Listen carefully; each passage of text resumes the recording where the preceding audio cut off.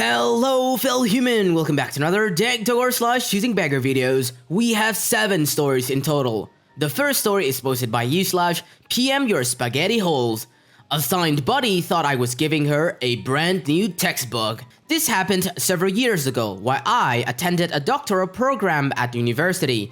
Each graduating class was around 80 people and all of our courses were predetermined and we took them together.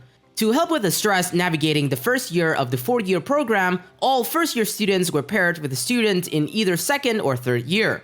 My assigned buddy would constantly ask me for my notes, my old exams, or even my old projects. Most of the time, her requests were several hours before the projects were due or the night before the exam, and I would be at work or sleep. I would get snotty messages about sticking together. I definitely don't mind helping out an underclassman, but I'm not going to let you plagiarize my work, but this story isn't about that. Textbooks were mostly not required, more so recommended, with the exception of one class. This one class covered over-the-counter medications, and the textbook was updated every year, so each class would have a brand new edition. When I took this class, I had purchased a used book around $70. For an edition from a year before, all the information was the same, just the pages were different. I offered the book free to my buddy because I just don't really know why other than it was a giant, and I just didn't want to hassle with it.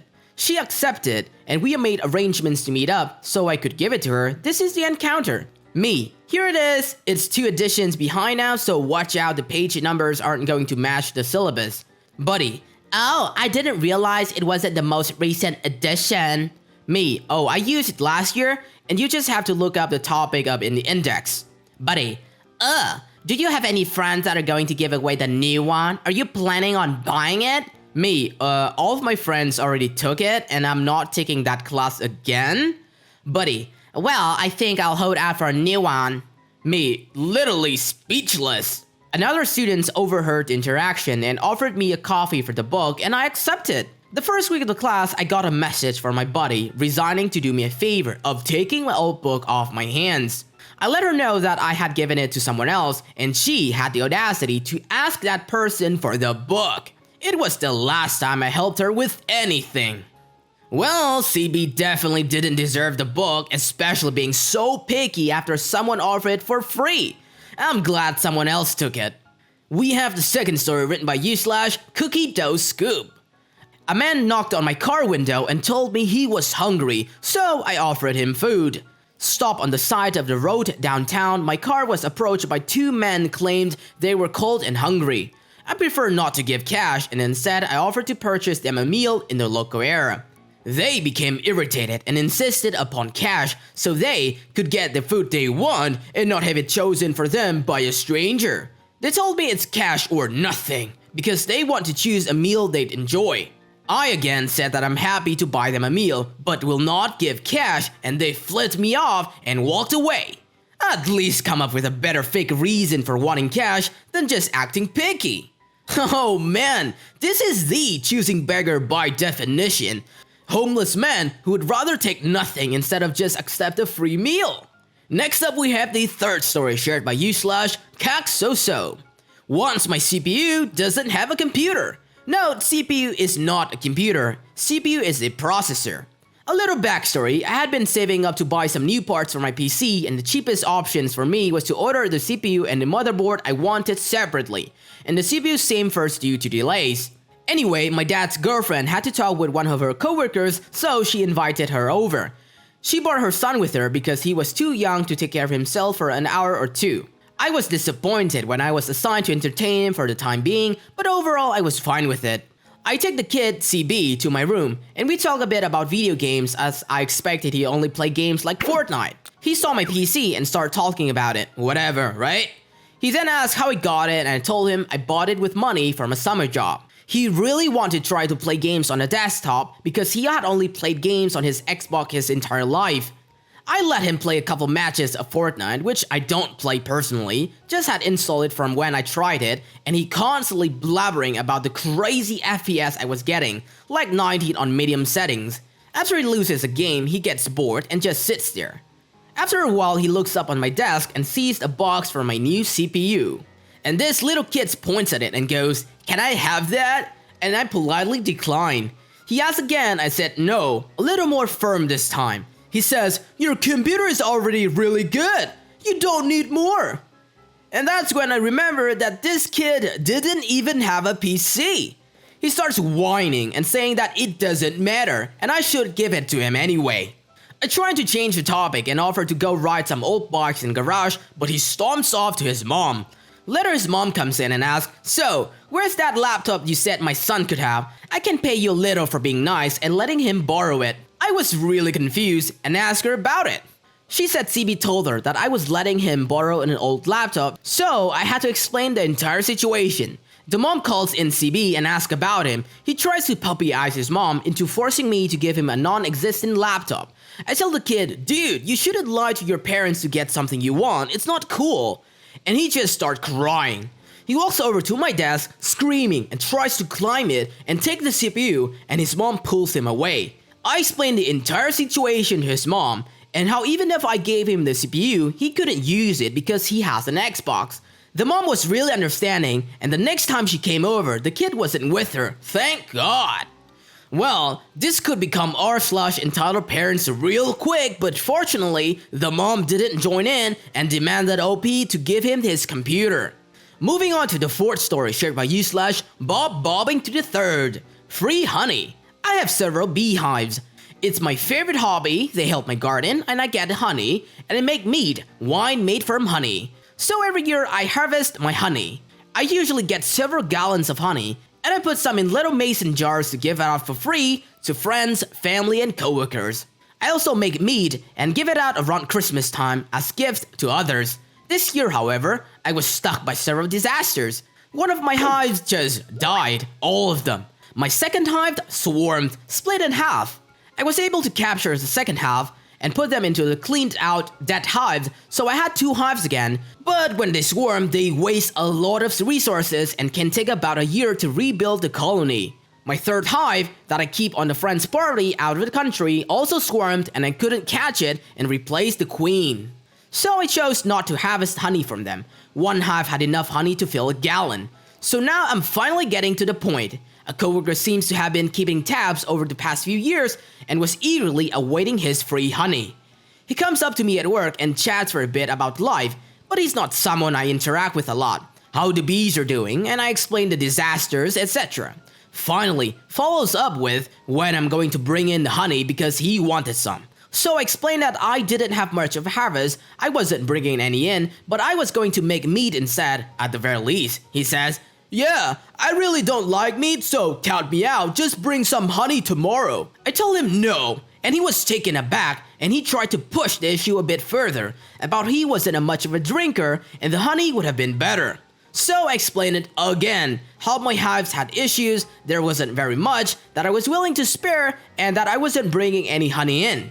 It just blew my mind that he thought he could just choose which free gift I should give him even after explaining how bad the bees had it this year. Well, some people are some of the most selfish, close-minded jerks or narcissists. The fifth story is shared by u/surprise for 5.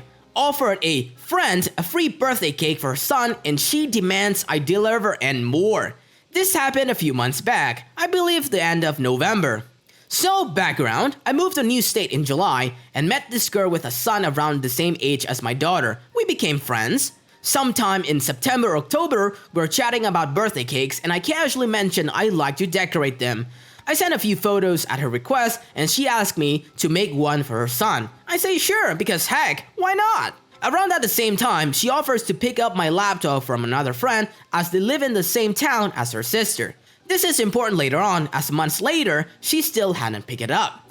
About 3 days before the party, she lends me $10 for something, and I'd agree to pay her back in a week. The next day, I spend like 15 to 20 on cake supplies to make her son's cake. Mind you, I'm not even invited to the party, but it's whatever. Night before to the party, I tell her that she'll need to pick it up as I'm heavily pregnant and she lives in a good distance away. I don't drive and my husband is going to be out and it's at least 30 minutes walk. It was also supposed to snow and I didn't like the cake ruined if I slipped or anything. It happened a few weeks before with the cupcakes I'd brought for her when I made more than I needed or wanted. She agrees to pick it up. Day of the party, I get up at 6 a.m. and start prepping the cake. It's a 2-layer Ninja Turtle cake. Around 8, I get a text that goes something like this. You need to drop the cake off to my boyfriend by 11. I need it by then. And you better bring that $10 you owe me. At the time, I'm shaping the cake and pause to respond with, I thought we were picking it up. It's snowing and I don't want to drop it, and we agreed on the $10 next week. I don't have it right now. Of course she's furious. I get it. Bring that $10. I'm not picking up the cake. You said you'd make it and my boyfriend only works 10 minutes up the street from you. I originally tried to avoid mentioning the cost of the cake because I agreed to do it for free. But at this point, I feel that she doesn't understand the reason I don't have the $10 is because I had spent it on the cake. So I responded by telling her that the money I had went to supplies, so she will have to wait at least a couple of days. I literally didn't have it, or I'd give it to her. Not good enough. Now, you said you'd do the cake in exchange for your laptop. I don't have to get it, you know. You know what? You need to bring $20 because this is ridiculous. At this point, I'm pissed. I'm trying to be nice, making a cake for her son's birthday, and here she is being a CB. So I walk away from the cake and text back. Look, you haven't even gotten the stupid laptop. It's been months. I'm going to get it by myself, so forget about it. I'll bring the cake by 11, but I don't have your money, I'm sorry. Now please, let me finish doing the cake because I'm running out of time and I'm not done decorating. Nope. She loses her mind, still demanding cash and cake, telling me that no money or cake means no laptop, and tells me she already got it, so I can't go get it by myself. This is a lie. I got a week later from her friend, so if I don't give her the money, she'll just sell it. At this point, I'm just done. So I responded with a short, okay, whatever, I'm not making this cake. You just had me waste $15 to $20 on supplies, stole my laptop, and destroyed a friendship over $10. Have a good day, and tell your son I said happy birthday. After this, she sent me many texts flipping out that I called her a thief, demanding the cake, money, etc. My husband got home around 1 p.m. to a cake frosted green with words, crappy people get no cake written on the table, and me sitting in the bed just stewing over the conversation. He walked in the bedroom with a huge grin on his face and asked what happened because I'm typically super giving person to friends, so something good had to have gone down for me to refuse to finish the cake. CB never got anything. We still don't speak. If she hadn't flipped out, she'd gotten the money and the cake, no problem. I'm not usually a jerk, but seriously, she pushed me too far. Well, should have sent her a pic of you eating the cake with the text, happy birthday to me. On to the 6th story shared by /the real a-hole. Take down my tree or else. This didn't happen to me, but it happened to my mother. My mom bought some property lakeside for really cheap. She's put 2 years of labor and her own off days to fix it up and take down all their underbrush to build her own place out of there. The only problem was the neighbors. Around Christmas last year, a tree fell from our neighbor's yard into ours.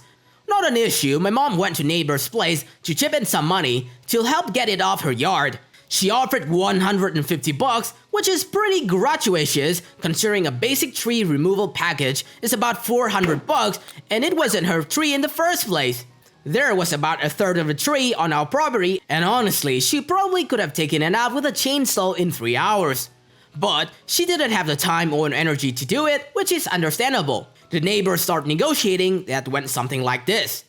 Mom, well, I don't mind chipping in a bit to help move the tree off our properties. J, James the neighbor. Well, that would be super nice of you. We're looking at about $500 from you and we pay the other $500. Mom, I'm sorry, what? I don't know what kind of tree service you're using, but I'm sure I could find one cheaper than that, so we could both save some extra money. J, no, we always use my brother's company. He does great work, and I'm sure he would have done it in no time. Mom, your brother has a tree company? J, well, he does construction, and he helped us build this place, and he'll help us out whatever we ask. Mom, would he be willing to do it for less? If he's your brother? J, what? No! He's a businessman. He might go lower for us considering we're family, but he will still be $500 for you. Mom, I'm sorry, but I can't afford to pay 500 bucks to have this removed off my property, especially when I know I could get it removed entirely for 500 bucks from someone else. Jay, well, you offered us money to help, and that's what we're asking for, so I'm sure this would have been all blow over after 500 bucks comes through. Mom refused, of course, and this pissed the neighbor off so much they took down the tree, but only on their side. I went out and spent my weekend cutting the rest of the tree down with my mom. We eventually found out that they like trespassing to see the lake from our backyard, so we put up a huge fence. The day we put the fence up, James' wife comes out and moons us. We eventually called the cops with all the threats they were giving us, and oh and behold, they hadn't paid taxes on their houses in 5+ years. Their scumbag brother didn't build a house to code either. Let's just say they don't bother with us anymore. Laws probably vary from region to region, but it was their tree and 100% their responsibility they would owe you for damaging your lawn. But anyway, I love that ending. On to the final story shared by /Dances with Trout.